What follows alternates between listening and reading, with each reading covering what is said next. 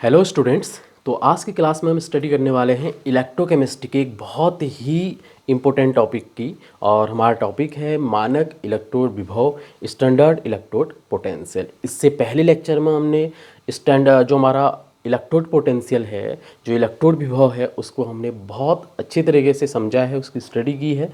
तो वहीं से हम स्टार्ट करते हैं, तभी हमें मानक इलेक्ट्रोड विभव समझ में आ पाएगा। देखिए, जब हमने इलेक्ट्रोड विभव की स्टडी की थी, तो तब हमने बात की थी कि जब किसी मेटल रॉड को, किसी धातु की छड़ को, मेटल इलेक्ट्रोड को उसी धातु के इलेक्ट्रोलाइटिक सॉल्यूशन में डिप करते हैं, उसी मेटल के विद्युत अपघट्य के विलयन में डिप करते हैं, तो उस मेटल इलेक्ट्रोड पर एक पोटेंशियल डेवलप हो जाता है। यानी उस धातु की छड़ पर एक विभव उत्पन्न हो जाता है, जिसे उस इलेक्ट्रोड का, उस धातु की छड़ का क्या कहते हैं, इलेक्ट्रोड पोटेंशियल कहा जाता है।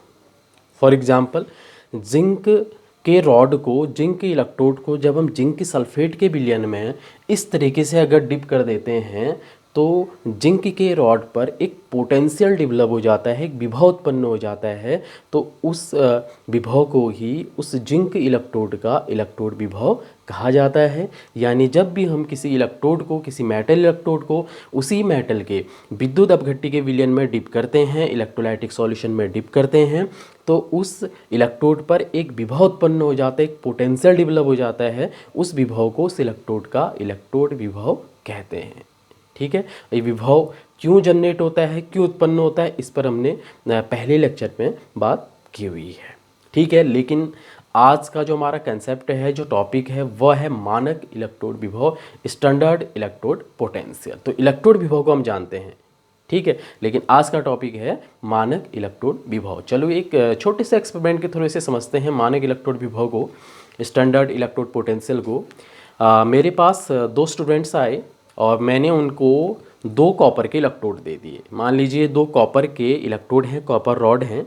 मैंने दोनों स्टूडेंट्स को ये कॉपर के रॉड दे दिए और उनसे मैंने कहा कि ये जो कॉपर के रॉड हैं, इनको आप कॉपर सल्फेट के विलयन में डिप करेंगे, तो इस पर एक पोटेंशियल डेवलप होगा, इस पर एक विभव उत्पन्न होगा। उस विभव का मान आपने मुझे बताना है। दोनों स्टूडेंट्स को मैंने दे दिया और वो छड़ को ले गए और उन्होंने कॉपर सल्फेट का सॉल्यूशन तैयार किया, दोनों ने अलग अलग। और जो भी उनको रॉड मिले थे कॉपर के, उनको कॉपर सल्फेट के विलयन में उन्होंने डिप किया। ठीक है, डिप करने के बाद उन पर जो विभव उत्पन्न हुआ, उसको उन्होंने मेजर किया। तो फिर एक स्टूडेंट ने क्या बताया, एक स्टूडेंट ने बताया कि जो कॉपर पर जो विभव उत्पन्न हुआ कॉपर सल्फेट के विलयन में डिप करने पर, वह था 0.30 वोल्ट। एक स्टूडेंट का कहना तो ये है कि जो कॉपर का इलेक्ट्रोड है, उसको कॉपर सल्फेट के विलयन में उसने डुबाया और उस पर जो विभव उत्पन्न हुआ, उसका मान कितना था, 0.30 वोल्ट था। दूसरे स्टूडेंट ने भी यही काम किया। उन्होंने कॉपर इलेक्ट्रोड मैंने दिया था, उसको कॉपर सल्फेट के सॉल्यूशन में डिप किया, तो उनकी दूसरे स्टूडेंट की जो वैल्यू आई इलेक्ट्रोड विभव की, वो थी 0.35 वोल्ट। अब दोनों के वैल्यू में काफ़ी डिफरेंस है। ऐसा इसलिए हुआ, देखिए, क्योंकि मैंने दोनों को इलेक्ट्रोड तो दे दिया, लेकिन उनको ये नहीं बताया कि आप जब कॉपर सल्फेट का सॉल्यूशन बनाएंगे तो उसकी सांद्रता क्या होगी। ठीक है, क्योंकि जो इलेक्ट्रोड विभव होता है, उस पर सांद्रता का प्रभाव पड़ता है। इलेक्ट्रोलिट यानी विद्युत अपघट्य के विलयन की सांद्रता का प्रभाव पड़ता है। सांद्रता के साथ साथ ताप का भी प्रभाव पड़ता है। अगर सांद्रता और ताप, अगर टेम्परेचर में अगर कोई चेंज कर दिया जाए, तो फिर इलेक्ट्रोड पोटेंशियल, इलेक्ट्रोड के विभव में अंतर आ सकता है। हो सकता है कि एक स्टूडेंट ने क्या किया कि कॉपर सल्फेट ज़्यादा मात्रा में जल में घोलकर सॉल्यूशन बनाया, एक ने सांद्रता कम रखी, इसलिए दोनों के इलेक्ट्रोड विभव में क्या आ गया, डिफरेंस आ गया है। ठीक है, लेकिन ये तो इलेक्ट्रोड विभव है, लेकिन मानक इलेक्ट्रोड विभव किसी भी मेटल रॉड का, किसी भी मेटल इलेक्ट्रोड का जो मानक इलेक्ट्रोड विभव होता है, जो स्टैंडर्ड इलेक्ट्रोड पोटेंशियल होता है, वो हमेशा सेम रहता है। जैसे आप विद्युत रासायनिक श्रेणी में जाएंगे, इलेक्ट्रोकेमिकल सीरीज में जाएंगे, तो वहाँ पर जो कॉपर है, उसका जो इलेक्ट्रोड विभव है, वह +0.34 वोल्ट है। ठीक है, बल्कि उसको इलेक्ट्रोड विभव ना कहेंगे, हम कहेंगे मानक इलेक्ट्रोड विभव। ठीक है, और मानक इलेक्ट्रोड विभव हमेशा कॉपर के लिए कहीं भी ले जाके आप मेजर कर लीजिए, मानक इलेक्ट्रोड विभव कॉपर का हमेशा 0.34 वोल्ट ही होगा। क्यों? क्योंकि मानक इलेक्ट्रोड विभव को एक फिक्स कंडीशन में मेज़र किया जाता है। ठीक है, और वो फिक्स कंडीशन क्या है? एक तो टेम्परेचर, यदि हम टेम्परेचर को फिक्स कर दें, टेम्परेचर को फिक्स कर दें, कितना कर दें? 25 डिग्री सेंटीग्रेड, या इसे केल्विन में चेंज कर लीजिए 298 केल्विन। यदि टेम्परेचर 25 डिग्री सेंटीग्रेड अगर आप रख दें, ठीक है, और जो आपका इलेक्ट्रोलाइटिक सॉल्यूशन है, ठीक है, जिस विद्युत अपघट्य के विलयन में आप इलेक्ट्रोड को डिप कर रहे हैं, अगर उसकी सांद्रता, उसका जो कंसंट्रेशन है वो कितना रख दें? 1 मोलर रख दें।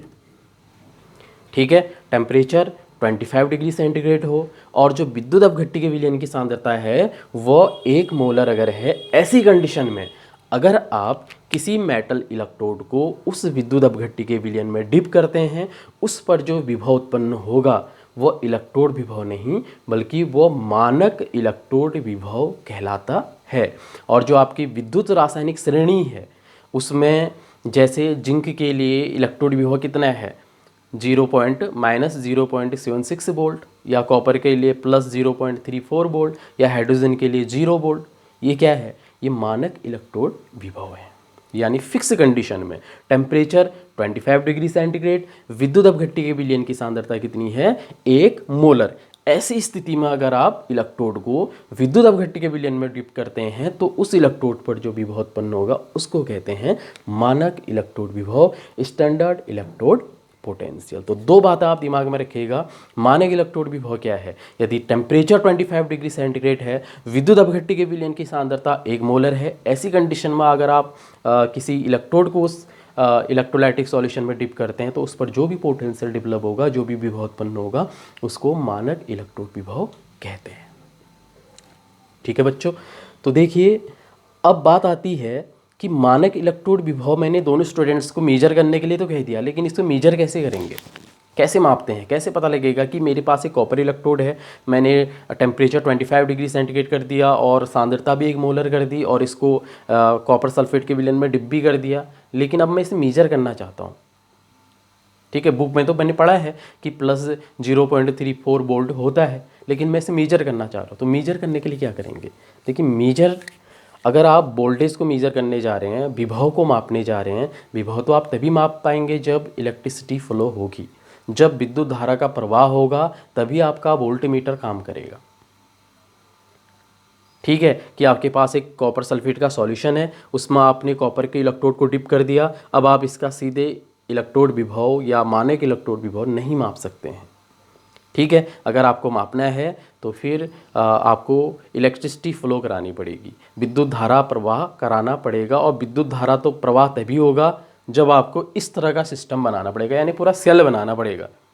क्योंकि केवल जब आप गैल्वेनिक सेल की स्टडी कर चुके हैं, गैल्वेनिक सेल में जब विद्युत धारा का प्रवाहित होती है, इलेक्ट्रिसिटी का फ्लो होती है, जब जिंक के इलेक्ट्रोड और कॉपर के इलेक्ट्रोड को आपस में हम जोड़ देते हैं, तो पूरा सेल बनाना पड़ेगा, तभी इलेक्ट्रिसिटी फ्लो होगी, और तभी हम मेजर कर पाएंगे कि एक इलेक्ट्रोड का पोटेंशियल कितना है या मानक इलेक्ट्रोड विभव कितना है। तो नेक्स्ट लेक्चर वीडियो में हम एक ऐसा ऑपरेटर्स तैयार करने वाले हैं जो किसी भी इलेक्ट्रोड का इलेक्ट्रोड विभव को मेजर कर सकता है, माप सकता है। तो लेक्चर वीडियो को आप बिल्कुल मिस मत करिए। तो आज की क्लास में मैंने बहुत इजी कंसेप्ट की स्टडी की, मानक इलेक्ट्रोड विभव। यदि टेम्परेचर 25 डिग्री सेंटीग्रेड है, विद्युत अपघट्य के विलयन की सांद्रता 1 मोलर है, तो ऐसी कंडीशन में अगर आप किसी इलेक्ट्रोड को सॉल्यूशन में डिप करते हैं तो उस पर जो भी विभव उत्पन्न होगा उसे मानक इलेक्ट्रोड विभव कहते हैं। टेम्परेचर फिक्स क्यों किया? क्योंकि अगर टेम्परेचर आप चेंज करेंगे तो विभव भी चेंज हो जाएगा। सांद्रता को फिक्स क्यों किया, 1 मोलर क्यों किया? क्योंकि सांद्रता बदलने पर विभव भी बदल जाएगी। ठीक है, तो थैंक्स स्टूडेंट्स। नेक्स्ट क्लास में मिलते हैं हम नए टॉपिक के साथ।